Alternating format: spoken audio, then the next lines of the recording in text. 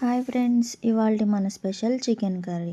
ముందుగా 2 ఉల్లిపాయలు, పచ్చిమిరపకాయలు కట్ చేసుకొని పక్కన పెట్టుకోవాలి. తర్వాత చికెన్ కడిగి పక్కన పెట్టుకోవాలి. నూనె వేడైనాక ఉల్లిపాయ ముక్కలు, పచ్చిమిరపకాయ ముక్కలు సన్నగా తరిగి ముక్కల్లో వేసుకోవాలి. కొంచెం వేగినాక ఉల్లిపాయ ముక్కలు, సాల్టు, పసుపు వేయాలి. ఆ తర్వాత చికెన్ కడిగి పెట్టుకున్నాం కదా, ఆ చికెన్ వేసుకొని నీరంతా పోయి నూనె బయటకు వచ్చినాక అల్లం వెల్లుల్లి పేస్ట్ 2 స్పూన్లు వేసుకోవాలి. వేసుకున్న 5 నిమిషాల తర్వాత కొంచెం కారం వేసుకోవాలి.